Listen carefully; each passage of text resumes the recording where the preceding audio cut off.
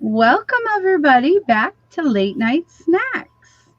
We are here this evening continuing our Halloween week celebration with a awesome premiere of This Is Us Season 5.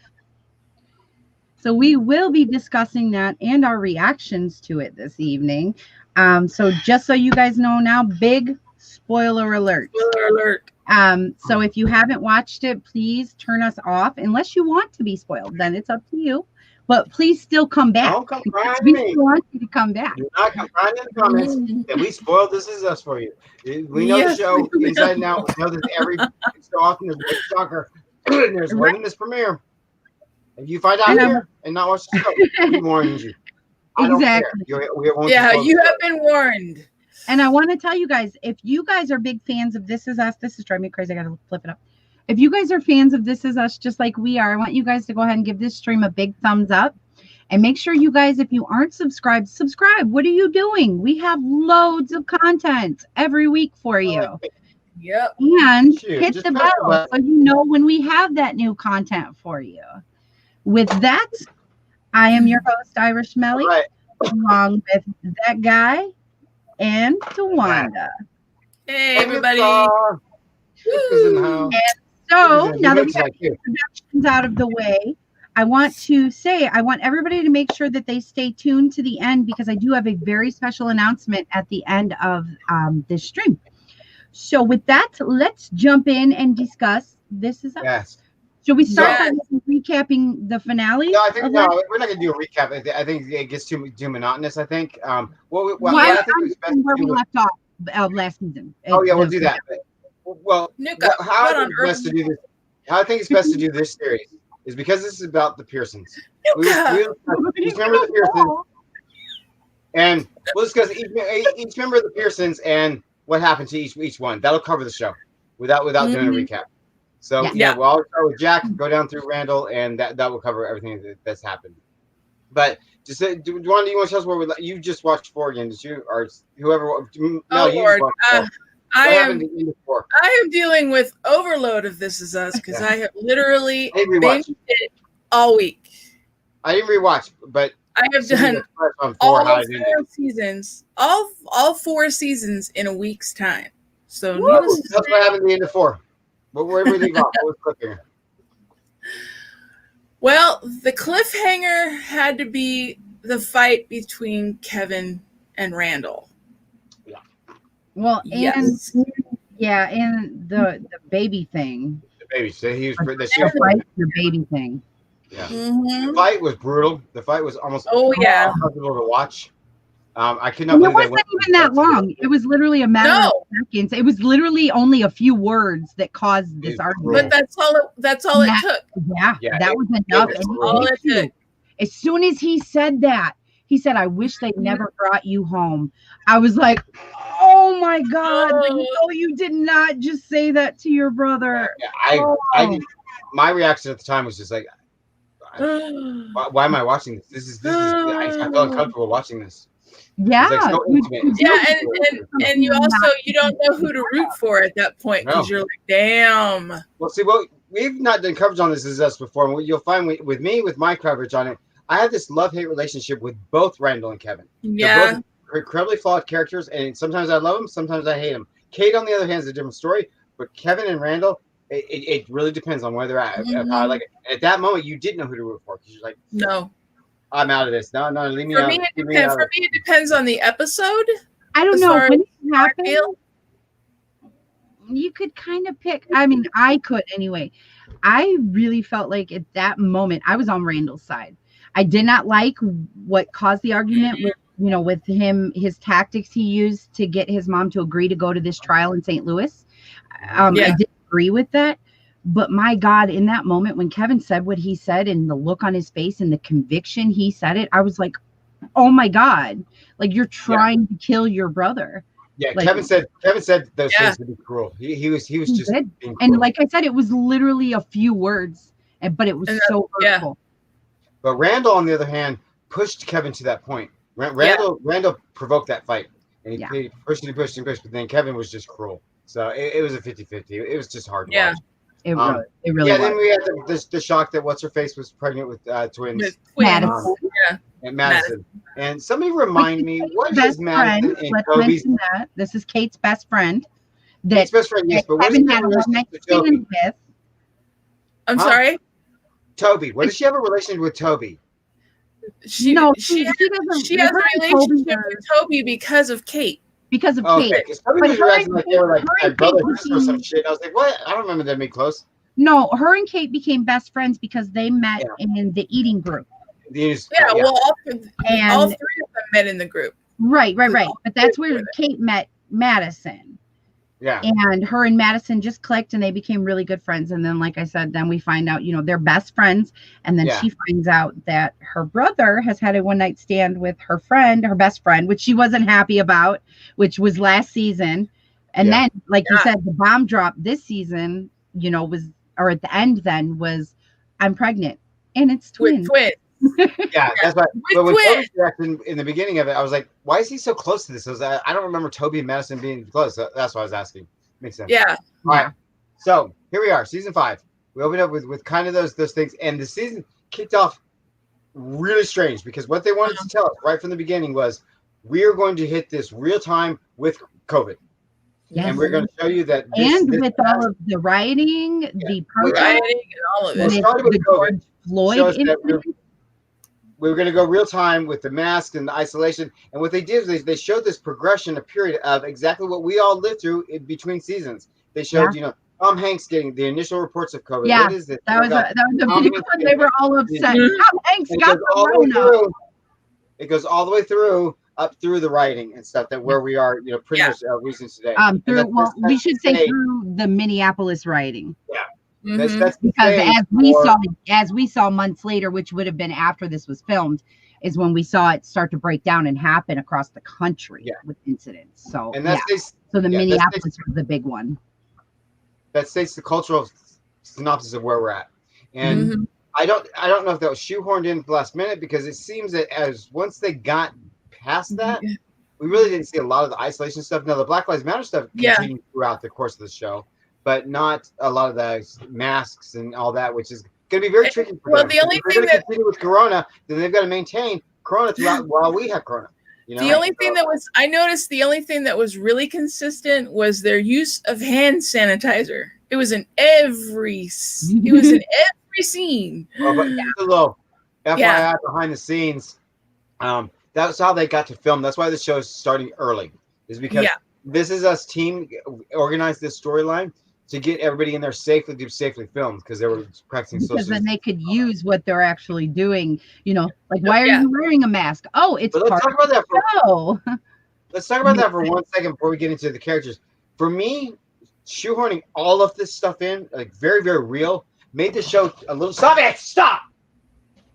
Made the show a little too real for me, because it was so everyday factual stuff. I mean, it was like they could have been our next door neighbor, whereas I go to TV, especially fictional TV for the escapism, and like living with this was like no escapism to it. It was like it was really real. Yeah. And I didn't particularly care for that in the episode. And I was like, as soon as I saw the Corona was in there from the preview before when they showed the Kevin and Kate scene, I just like rolled my eyes. I was like, oh God, this is gonna be in every freaking TV show this fall. Probably. At least at every premiere. The problem with doing that is if you do that, you have to commit to it because we're all living it. There's been no escape for us. It gets continued on. It's going to affect us through the election, through the next year, through your policies, and so like that's a big commitment to make. And it also takes away the escapism of it for me. That was just how I felt, Anyway, so we really the focus of the show starts out with Randall, but we'll get to him. Let's just go through the family in kind of order of significance of the family, and then mix and match the storylines. So I'll do with Jack. Let's start with Jack. Jack's really the star of the show, and what we learned from Jack in these two episodes. We should say Jack Senior because we do have a junior now. Oh, I love Jack Junior. Adult Jack Junior is amazing. And I love that we went back to his storyline too. Yeah. The older one, I mean. Jack Senior, what we'll find in the second episode is you're going to see the birth again And basically the whole night of the birth, the 24 hours of the birth, plays a very significant role in the entire episode. And for Jack, his character, what this is going to bring more information to Jack's character was the struggles that he had with his father, and coming to terms with the responsibilities he had now as a new father, and how scary everything was that night. And it comes into play with accepting to adopt Randall, and moving forward, choosing to do that, choosing to forgive his father in his own way, because he could not move on and start taking care of these kids unless he's done that. Yep. And the way they show this seems a little bit shoehorned, but it plays off really cool because as we all know, Rebecca goes into crisis when she's delivering, and we all know that Kyle passes. And, because we've already seen this in the first season. Yeah, during the crisis period, Jack goes off to pray. Because he asks the doctor, "What do I do?" And she says, "You can go pray." He's like, "Well, shit." He goes to the hospital chapel. So he goes to the hospital chapel, and William, Randall's birth father, walks out of the chapel at the same time. So they're there in the hospital at the same time. Yeah, so we're basically dealing with 6 degrees of separation. Big time. Because they show when he goes to get the music, they show William. This is when William has already, dropped his son at the fire station, and the fire station, they brought him to the hospital. So now he went to the hospital, and he was there viewing and looking at his son. And, here we see Jack go right past him. It's so interesting. About a second, he didn't even look at him. One event could have changed this whole thing. It's crazy. We'll talk about William in a minute, because that was a significant knowledge. This episode is crazy. Yeah. So Jack goes in to pray, and the one thing that he's thinking about while he's praying, which I thought was one of the most beautiful moments of the entire premiere, was he was thinking about how his father, because remember, Jack had a very abusive father. Yeah. He was thinking about his father. He says he would pray till the veins popped in his neck, and he never knew what he prayed for. And so he decided in his despair, he's going to call his father and ask him what he prayed for, because he hadn't talked to his father in a while. They're estranged, and here he's getting ready to be a new father, and he flat out asks him. And then, of course, the father acts like an ass and is like, what do you need? You need money? Jack says, never mind. And then when the father heard the despair, forget it. He's like, I prayed that you guys would turn out better than me. And Jack got it. That was real for him, and it was just a really, really beautiful moment for Jack. Yeah. It showed what everything's coming together full circle for Jack in all this. It shows that why he was this hero of a father, regardless of all of his flaws and everything that he went through, is because we learned that through all of tragedy, you still are like he feels like himself, the father of the thing is still the pole, the tent pole. When he prays to God, he says, "Don't you dare!" He challenges God in this, and it's just like it gave me chills. He challenged God, and he said, "Don't you dare take her.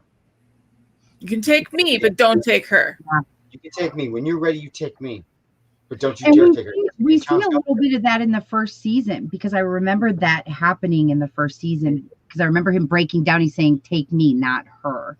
Yeah, but you see him challenge God in the actual prayer this time, which was, and it was he backs off for a second, and I was like, "Oh no, please, Jack, don't back off. Go ahead, do it," because he starts to challenge, and he comes back, and he's like, "Please don't take her," and the pleading. And then he stops, and he's like, "No, you take me, but don't take her." He re-challenges God. So it is really cool. Yeah.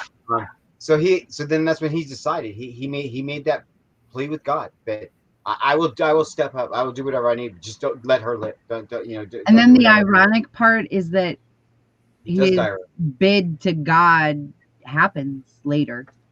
And and I'm not spoiling anything there. I mean, because hopefully you guys were at season 5 with us. It happens when Jack sort of falls apart and stops being that tent pole for the family. Remember that's post his whole alcoholism. So who knows? So that's Jack. Rebecca we're going to talk about for a while, because Rebecca's got a huge. I should be pointing people out in case people. Jack Senior here, and this is Rebecca. Right there. Rebecca. Mandy Moore. Phenomenal. Milo Ventura. Every season, my man. Mandy continues to impress me. Mandy really continues to impress me every season. She's so into this role that it's amazing. But so we got two sides of Rebecca. The one side, the past side is just experience the birth and her uncertainty, and then the crisis and all that. That she's kind of on the back burner in the past side. But in modern times, we're dealing with Rebecca's illness, and we all learned from last season that she's got cognitive impairment. She's got some sort of dementia. Early onset form of dementia. Early onset. She's had an episode. No, it was Alzheimer's. I mean, they're not actually calling it Alzheimer's yet. No, they did mention it though last season, and they were saying that it was an early onset type of Alzheimer's. Yeah, it's just it's an umbrella type thing. Right. Some sort. It's memory, and so she's dealing with the fact that she had gotten convinced by Randall to go to this trial, and now with COVID, all of a sudden the trial's canceled. Well, how convenient. Well, now Rebecca can stay around, and so her and Miguel decided to go up to the cabin, and Rebecca finds peace. Yeah, they said that's where they wanted to go to quarantine to stay in the cabin. And Rebecca finds a real sense of peace there. She finds a real sense of family, of connection, and she's really. They start gardening a lot. Then we get the first shock of the season, and this has thrown me. And I still have got to go back to season 4 and piece all this together.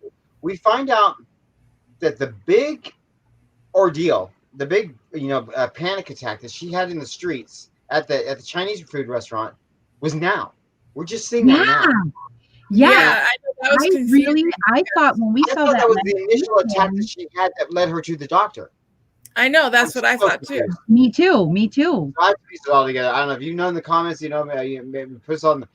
I'll piece together a timeline to see. Yeah, let us know in the comments if you know. That totally do, because it's like, if it's now, why wasn't there anybody in masks? I know. Oh, that's a good point. They hadn't planned for it when they recorded it. We didn't know that was going to happen. Right. Yeah, the whole thing just threw me. So that'll be like that one little Easter egg that will allow to slide this time because, they didn't know. Yeah. But if they do it again, then we're going to talk. Yeah. Yeah. And I don't know why they tried to confuse that whole timeline anyway. There's no reason to confuse that whole timeline. There's no reason to. But it's the same way that they do that with a lot of the storylines, and they go back and forth, and we're supposed to think we're in a certain time, and then we find out, oh my God, that was really 2 weeks ago, or that was really 20 years ago. Like, oh my God. With Rebecca's memory, it makes our memory bad. It makes our memory. I know. Like, what is going on? Maybe they're trying to. Maybe that was the point. Maybe that was the point. Was to kind of mess with our memories. Yeah.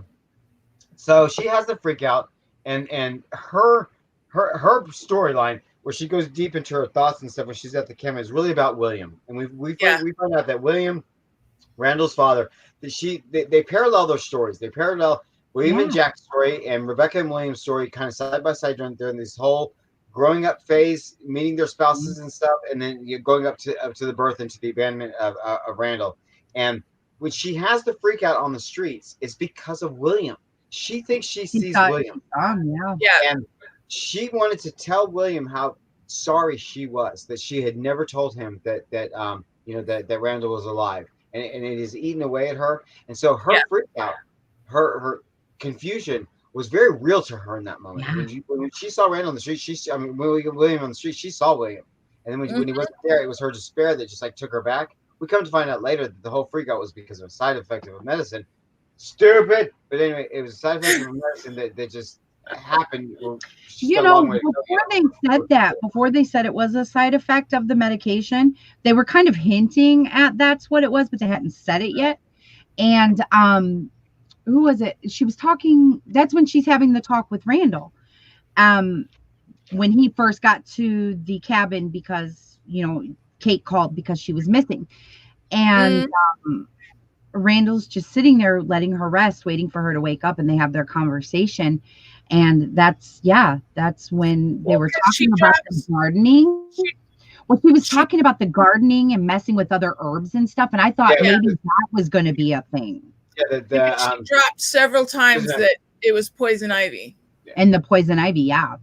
And the antihistamine that she had to take for the poison ivy and all that. So it was like, granted, it's a realistic side effect, but at the same time, we made her so sick last season, all the way up to the big twist was her on her deathbed and all that stuff. Where now it's like, we're gonna buy Rebecca a lot more time. I was gonna say that it does. It buys her a lot more time with this illness, and it's very interesting because with the way they have to film the show now, it makes it a lot more interesting to see where her storyline goes. Now that we know what we thought was current times wasn't current times with her being brought back, and then finding out it was the side effect of the medication, there could be a real possibility. They might be buying the time because of Corona, because they talk about the trial being canceled and everything because of coronavirus. So they could be buying time for that so that they can do that storyline to get her into this trial, and it might actually help her. So we'll have to wait and see what happens. But that's interesting. But what's interesting about the timelines, we know now. Now we know solid. That freak out in the Chinese food restaurant was on the kid's 40th birthday. Mm-hmm. We know that. We know that as a point. So because every season always starts with their birthday. Yeah, always. Every season always starts with their birthday. The big three. So she deals with Williams.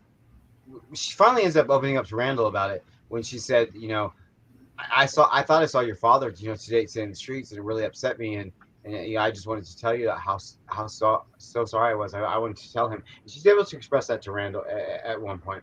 So she's come a long way as far as letting go of. Kaylee's in the house. What's up, Kaylee? There she is. Girlfriend, I told you. See, you need to come on. You need to come on, Kaylee. Send her a link. She need to come on. You want to come on, Kaylee? I'll send you a link. So I like the fact that Rebecca, even in her like illness and her uncertainty about her own life, and she's notice how she's fighting to gain independence. She's saying that, you know what, I'm fine. I can do this gardening. Me and Miguel will be okay. You know, I can go to the store by myself. She wants to maintain independence, and it's not even like, oh, don't leave me alone. I don't want to be the sick person. She's like, no, I can do this. I'm sorting things out myself because she's scared. She doesn't want to lose like her, you know, long-term memory about the kids growing up and all that stuff. But in the same sense, she's letting go of a lot of things. She's coming to terms with the things that she's done wrong and the things that she wasn't the best mother around, or that she's made the mistakes for. She's telling people, you know, like telling Randall what she really felt, and she's coming to terms with the Williams story, because I think there's a lot of guilt associated with the Williams story. Well, no, but it was very sad too, because I mean, the one thing I noticed, I mean, I noticed a lot from that conversation with Randall, but one of the big things I noticed that just like it broke my heart. She asked him about Beth and the kids, and he says next time, and then like 45 seconds later she asks him again, and I was like, oh. Yep. That just shows you what and Randall's expression. Well, and part of it's because, like, if any of our family members were to deal with this, it would be the same way for us. And we've been watching this show for 5 seasons now, so this feels like our family. We're so intertwined and ingrained in their history that it feels like we've grown up with them. Kaylee will tell us this timeline, because I'm sure she's figured it out, and I'm sure it drove her crazy too. Well, I'm sending her a link right now. Yeah. So, all right. So that's Rebecca. Kind of. We'll get back to Rebecca. We'll talk about William in a little bit. We'll talk about William in a second. But so Kevin, let's go to Kevin. And Kevin's whole deal this season was dealing with the ramifications of him and Randall's fight. Was Kevin's standoff was he's gonna let time just heal it. That's what I got from him. That he was just gonna be like, you know what, we fought before. Hey, you know, hey, it's been a year. I'll extend a hand. We'll see where it goes. He's kind of like that nonchalant. Right. Whereas Randall wasn't having any part of it. There's so much that's happening in Randall's life that Randall was just like, no, I'm done. I'm tired. Yeah. You know, and but Kevin's just kind of like, well, we always fight and we're okay kind of attitude. Like Kevin's dealing with the babies, and that Madison is pregnant with twins, and he's going to be a father, and he's got all of his guilt associated with Jack. And you know, remember, Kevin blames himself for Jack's death, because Kevin wasn't there. Yeah, and it had something to do with the whole football game. What up? No, we haven't got to the end yet. But I'm going to talk about it. We haven't talked about the end yet. This Rebecca bullshit about her being in the Chinese food restaurant was that day on the 40th kids. Was that day? How is the timeline worked out now? I'm confused. When did she first get sick to be prompted to go to the doctor? Let's see. I was thinking about it earlier. I'm live on YouTube right now. It's okay. We fell asleep upstairs because my kids actually went to bed like really early. So oh God, girl, praise the Lord. I feel you. So before their 40th birthday, She found out she was sick. Yeah, it was before the 40th that she found out for sure. Yeah, I thought that was the prompt for her to go to the doctor. Well, was that no, no. She was sick long before their 40th. The 40th was where she was still having that side effect. Even at the Chinese food restaurant, was the side effect from the poison ivy medication. Because it was it was after Jack was born, and Jack just celebrated his first birthday last season, and she knew, I believe, right after his first birthday. So it's been within like a year since she's been sick. I thought this was like within a year time frame. But the Chinese thing is when the Chinese food restaurant thing was when it was Thanksgiving. Yeah. So is when we thought it really happened. And right. We were doing the Thanksgiving show. They started to show that scene. Yeah. So why was that? That was so weird. Why was that twisted? Well, I don't know. It was also the end of last season. And so they were trying to, get the storyline ready for next season, which they thought they were going to have time and be able to do a certain way. But. Well, I think the switch was there because they wanted to tease the pregnancy of Kevin, and then Kevin dropped the fiance bomb, so everyone freaked out about that last season. Yeah, because they never said the name and they never showed us who it was last season, and so everyone thought it was his ex-girlfriend. Yeah, that's what we were led to believe. It wasn't. People were saying it was Sophie, that it might have been Sophie. And then it might have been, I can't remember her name. The one from Kat. Yeah, the one from the military that was in the AA meeting. Yeah, I think it was just because what I was going to tell you, Michael, when I called you last night, and I was like, you're going to like that they pulled it all together real quick, because we thought that they were going to draw out the whole cabin scene where Rebecca comes back. We thought they were going to draw that out to like the end of the season. But the fact that they answered it, I think it will. I personally think that whole flip-flop last season was because we didn't understand why Kate and Randall and Kevin weren't speaking. Like that whole scene was awkward. Yeah, that was awkward. Fiance, he drops that he was expecting babies. And didn't it seem like to you guys when we got all those drops last season, it seemed like this was something that was like a year or two in the future. Like they made it seem like it was very much in the future. Yeah, it was. That's why I'm glad they didn't draw it on. I honestly thought they were going to, and when they didn't, I was like, yes. So this is when you're saying the questions were answered. We're able to move on. Yeah, it all makes sense. Yeah, because now there's a whole new storyline, like all that weird waiting in the future and all that. Yeah. So Kevin, that's his deal. Madison's pregnant. They're going to get married. They dealt with that. Now he's dealing with the Randall thing on his own terms, which is kind of like, hey, we're okay, right? No, we're not. Okay, whatever. I got my own problems. I got my own problems. Well, because before we even get to the cabin, we see that when Randall finds out about Kevin's, the twins, he sends him a message and he types a really cool message that would be like a brother, typing a message to his brother. But then when we see what he actually sent, it's very simple, very vague. It's just like, just heard. Yeah, it's one word. And Kevin does the same thing where he's going to type all this stuff. And then we just see thanks. And I was like, come on, guys, we can get over this. Well, and that's why this show's so believable, because me and my sister, we don't really talk that much and we're years apart.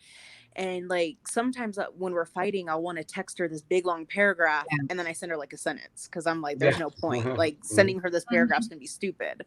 And then we get sucked in. The other person. Siblings are two very different planes. Like one sibling maybe like what happened with me and my sister, like in 2018. I was like so drawn up, my entire world was shattered. And my sister was moving on with her life.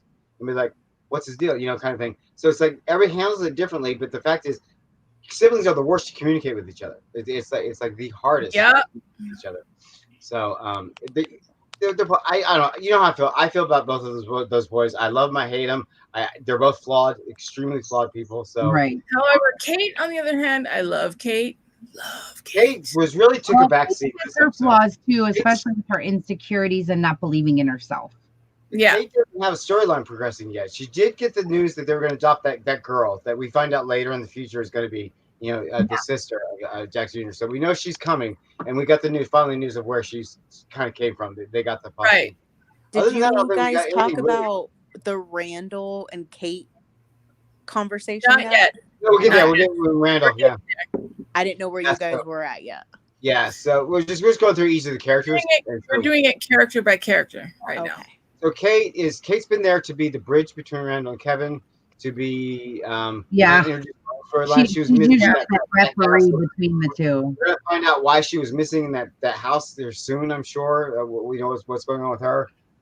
There's a real sense of loss in Kate. I just you guys noticed there's this real in her until she got the news. So there's something very odd going on with Kate. I think Kate and Toby are getting ready to go through some serious shit. Well, I think so too, because I've been waiting for that ball to drop, because we already know when we see in the future, we see that when everybody's coming to see Rebecca because she's sick and in bed, we see that Toby comes by himself, and Toby says that he gets a call from Jack and says Jack will be here soon. He's on his way. But there's no Kate with him, and there's no mention of Kate. He says they are on their way. They're on their way. Don't know they're on their way. Yeah. His wife. That could be baby, Jack. That could be Jack and his That could be anybody. Or Jack and his girlfriend, Jack and the new girlfriend, or whatever. Well, Jack, but the significance was Toby woke up alone without a wedding ring on. Right, right. That was the thing. Yeah. So. And it's like out of everybody that Kate off. Oh my God! Could you imagine they kill Kate off? Kate's the new death in the thing. Jack's story. Oh God, no, please, no. Oh, horrible. Please, this show would do that, dude. This show would kill Kate off just to spite us. Anyway, I know. So Randall, here we go. Let's talk about Randall. Randall is the true story of this premiere. Yeah. This is about Randall's story, and I have a hard time with Randall. I have a really, really, really hard time with Randall. And most of the time I hate Randall, right? I mean, I have such a problem. But what Randall's going through this season and the way they're slowly milking it, because at first I thought, oh God, they're going to go get really edgy and really preachy with this, but they handled it so delicately. It was so step by step, building up his anxiety, building up his anger about the whole thing, but he was so civilly calm about the whole thing. And you're like, what is he going to do? He's going to snap. And at the end, when he was talking to his wife about it, he was like, I'm all right. Which is so sad. And he started crying. That was real. That was so real for Randall. And to see what he's going through, because he now realizes what his problem's been the whole time is he does not associate with this family that he grew up with because he feels they'd never understood him. And it's true. They didn't understand him. He explains the story when he was a little boy watching the black guy get killed on TV, and he watched it alone. Yeah. And nobody talked about it. Nobody discussed it. Yeah, nobody in the family ever talked about any of that. And then here's this, George getting killed, and he was watching him take 8 seconds or whatever. He was held down, and the anger. Nobody else cared. And then all of a sudden, you got Kate and her family out there on protests and marches, and woohoo, here we go, a sign. And he's like, why are you out there? What did you understand? And there's that disconnect. And I felt so associated with that. I felt so just in tune with Randall right there, because same thing happened during like Prop 8 here in California. You know how many people just came running to me? Oh, we're out marching, we're out protesting, we're out doing this. I'm like, why are you out there? Yeah. And if they didn't have a logical explanation of why they were out there, an emotional impact of why they were out there, it's like then you're just out there for the fun of it, for the it's new, it's fresh, it's the exciting little story, and processing a serious thing. If you really want to get down to why you're out there and angry and marching and stuff, and Kate's intentions were true. Kate, she, of course, Randall, she loves him, but she does not understand. And Randall's realizing that he's not okay with them not understanding. He's not okay with him never having the answers, never being brought up to at least have that side of himself. And so he starts questioning everything, starts questioning his whole existence. And for him to come to the conclusion that it's just really sad for him was just heartbreaking to see. And he played it so well. What was his face? But with Randall's story, we also get William's story. And this is so much information that was brought to light about William and the abandonment of Randall, and what we see really transpired and why he was abandoned is we see that the progression of him and his wife through 20 years maybe they were showing since they first met up to that night, maybe 10 years maybe. They had friends, they had hopes, they had ambitions, they had friends, and everybody was going to go upstairs. Everybody's going the high road, and they're going to do all these crazy things. Well, life didn't play them like that, and they got they didn't get the opportunities, and she didn't get the promotion, and they didn't get the chance to do that. Their friends moved away without even saying goodbye, and so this despair starts to sit in. they bring in, culturally, drugs are brought into their neighborhood to they said that to keep them oppressed, to keep them down. So, very true.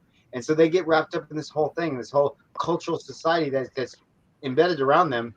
And then she decides that she's going to get clean, because of the baby, and she's trying her heart out to get clean. And they had to do a home delivery because she was scared to go to the hospital. Ends up having a lot of pain from that, and she's pleading for pain medicine, which is part of her addiction, and it leads to. I don't think they got her pain medicine. I think he went to go get her heroin. Yeah, he did. He did. And POD from heroin from not using it in a while. And so he sitting there watching her die, realized he's got to do something because it's his fault. He relapsed himself. Yes. Mm-hmm.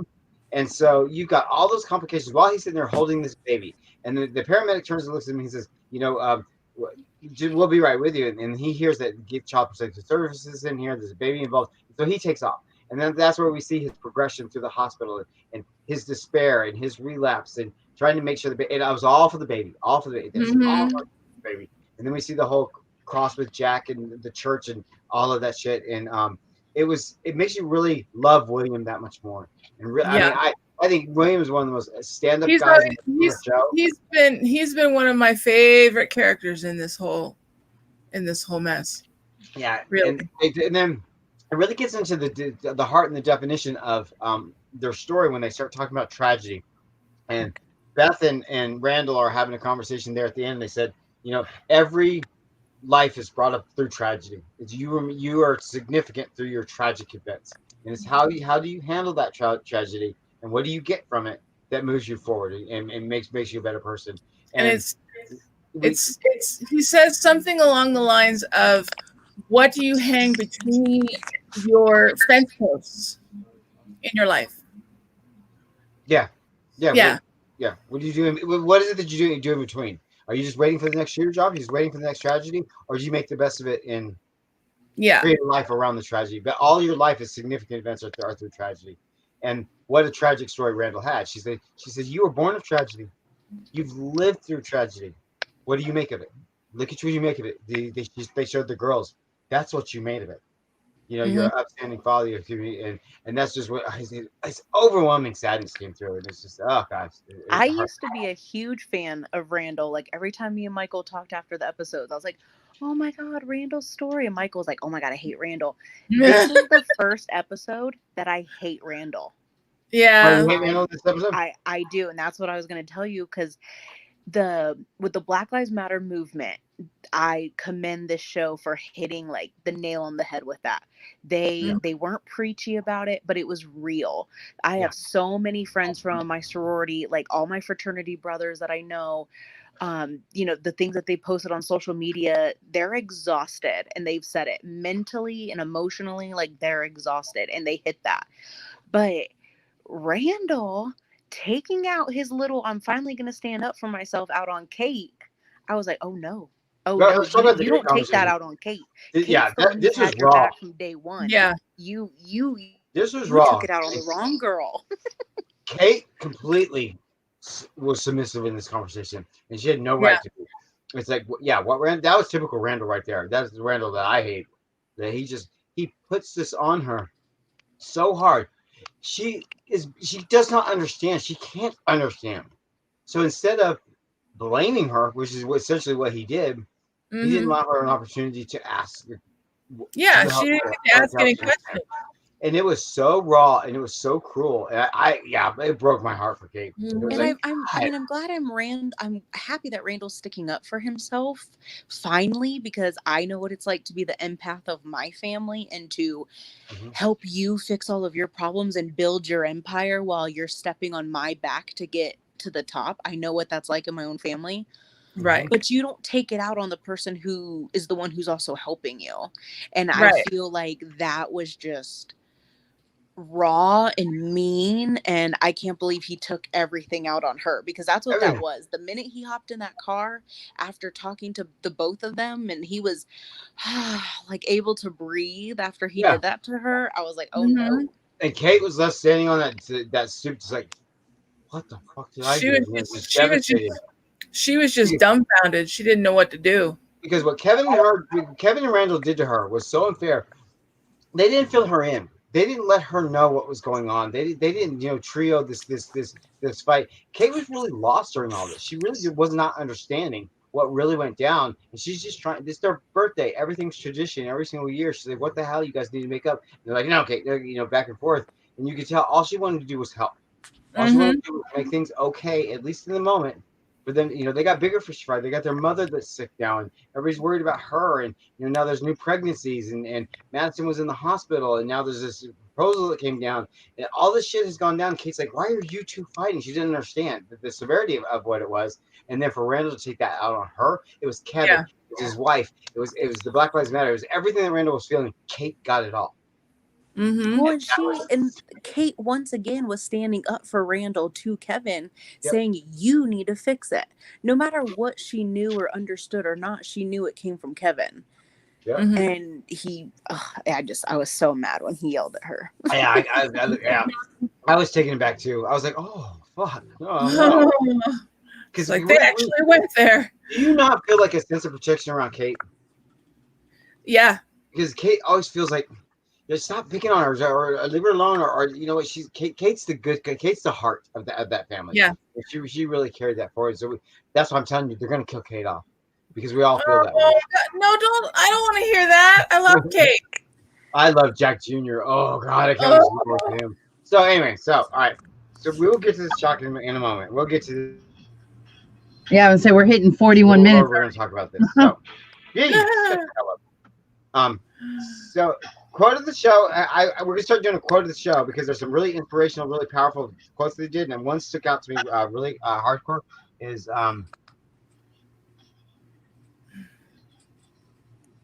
can't read my own damn writing.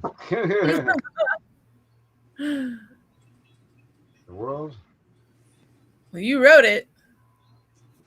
So never mind. I'll tell you next episode. I gotta figure out what it was. Something about the world. Something about problems, and it's not final. So go fix it. It was something that he said. It's very powerful. You're talking about that one thing that Kate said to Kevin. It's like, you must.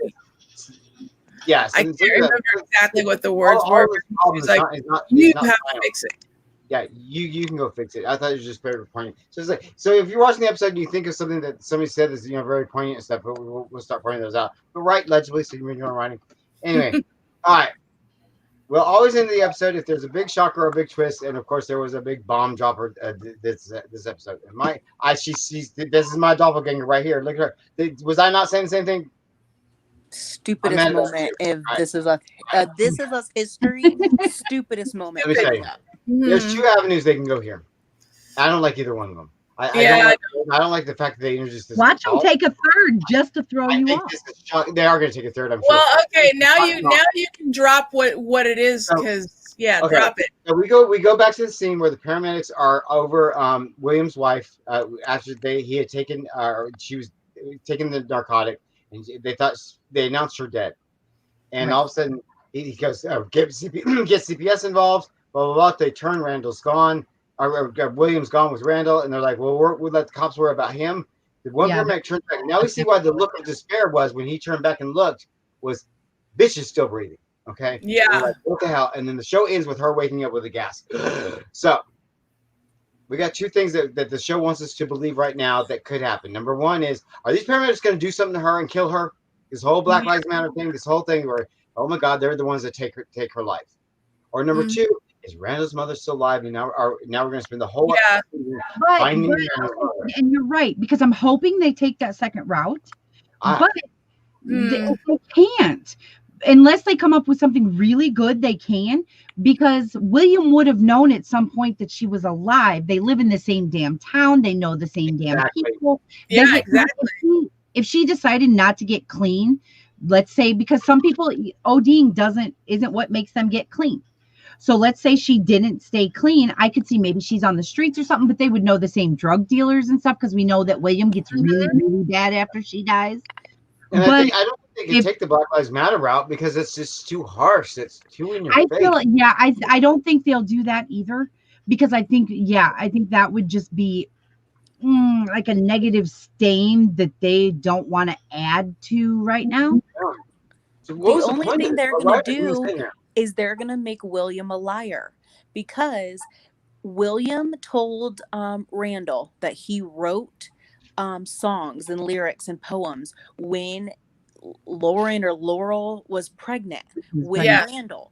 So he eventually goes back to that apartment. So you're telling me that chick never shows back up to get her belongings, or he never sees her, and he said that she died and all this stuff. So now William's going to be a liar.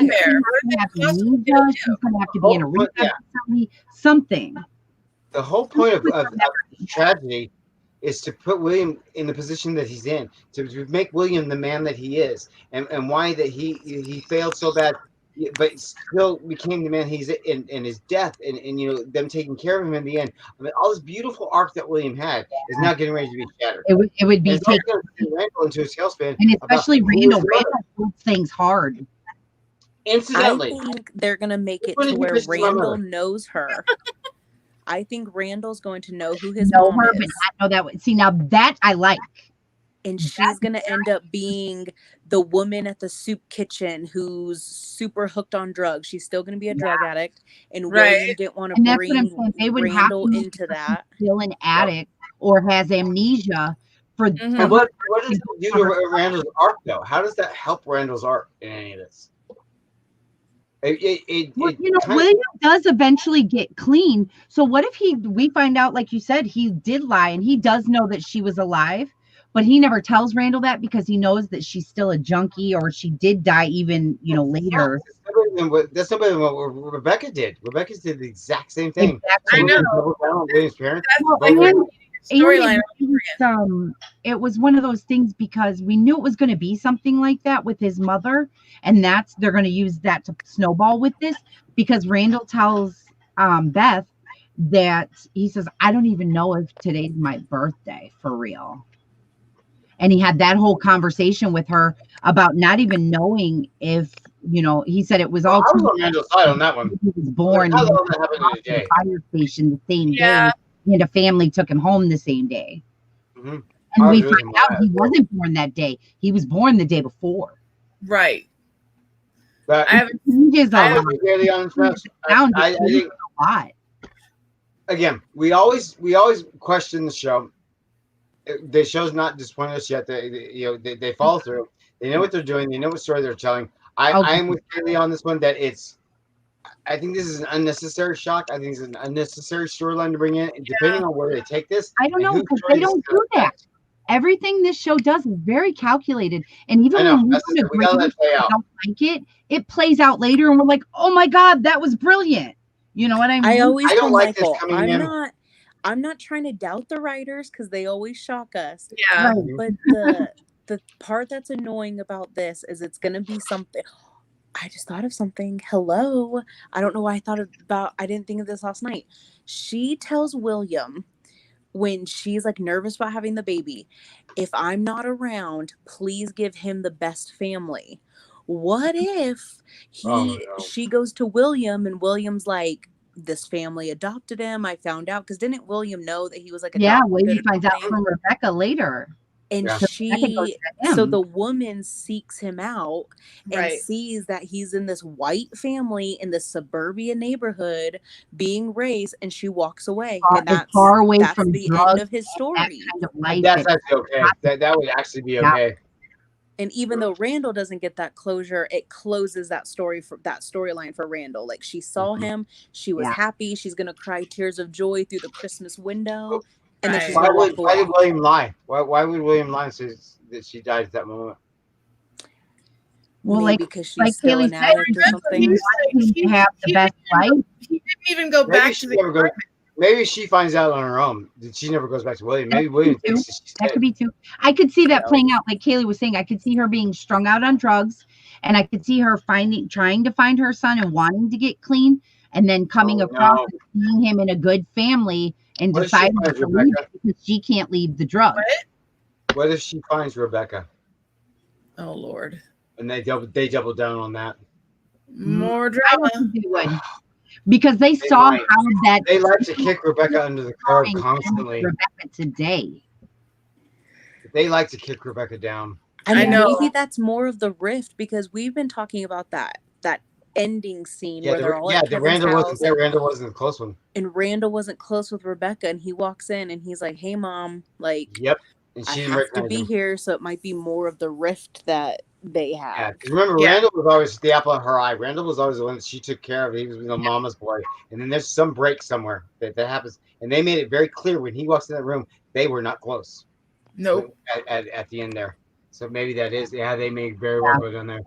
Oh God, I want to see more future scenes because 16-year-old Kevin is hot. I don't care what anybody says.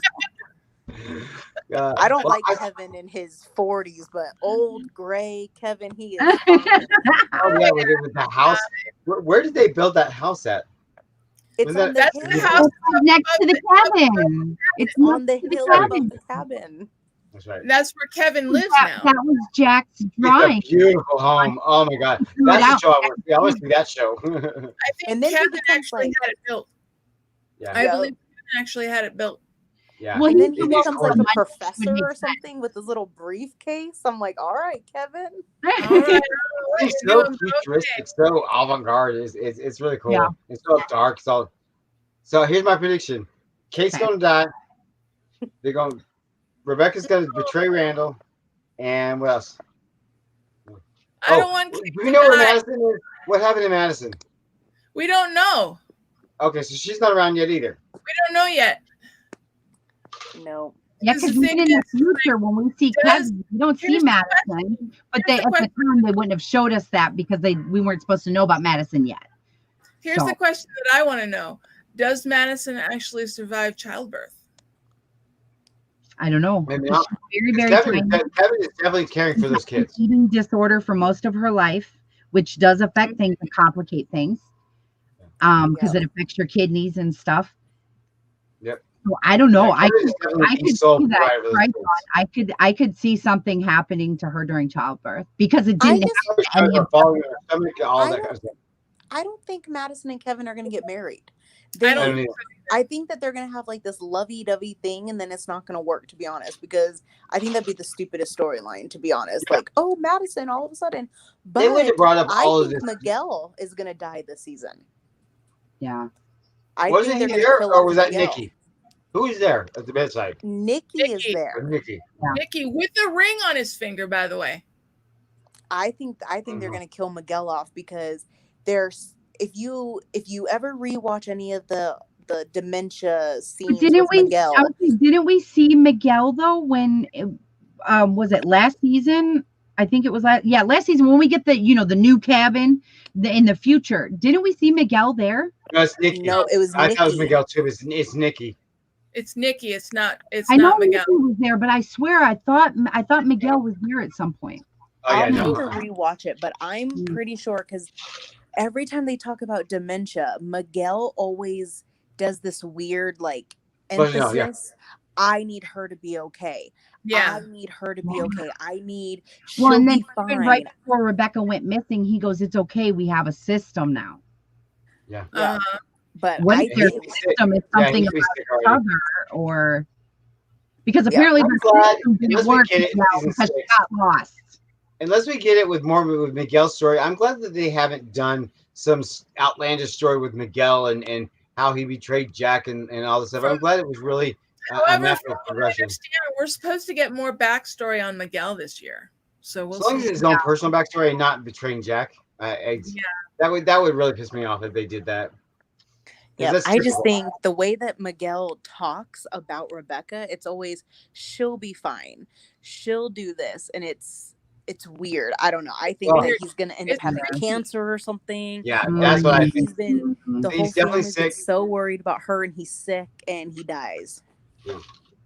And then that's when next season they're going to bring Nikki back in to make sense of why he's sitting by Rebecca's bedside with a wedding ring. Yeah. Who did he marry? The chick from Once Upon a Time? We don't know. How do we know maybe Miguel didn't pass and Nikki married Rebecca? That sounds odd, I know. But we've seen brothers marry their mother's wives in other shows. If Rebecca does that, she's been around Jack's block a couple times. Right. Rebecca's too sick. But that could be the thing. That could be it. It could be Nikki staying by her side because he feels he owes that to Jack to take care of Rebecca.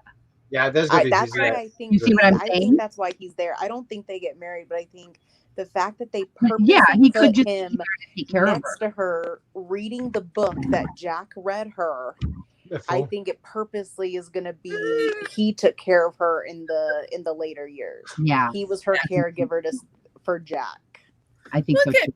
And like we were saying, I think that's his way of giving his debt that he feels he owes to his brother. Yeah, is by his honoring his family, whether it be the kids or his wife, honoring them.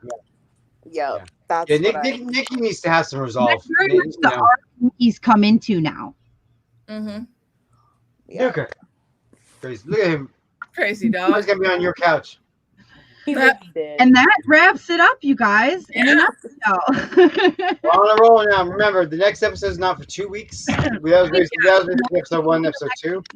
Yep. We'll be in the election, same camera frame for the next one, Michael. What? I know. We'll be there together. So when we stream together, we'll be together streaming for the next one.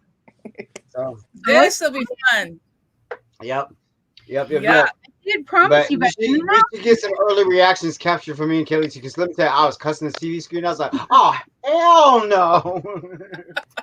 We'll get those little captions. We'll make our own memes out of them. Yeah, we'll make our own memes. Kaylee calls me right after. I'm not going to tell you what happens. Let me tell you. I'm mad about this ending. I was like, let me tell you, 7 out of 10.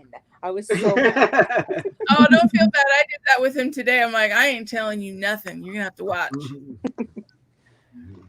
Yep. Well, all right, we're saying goodbye.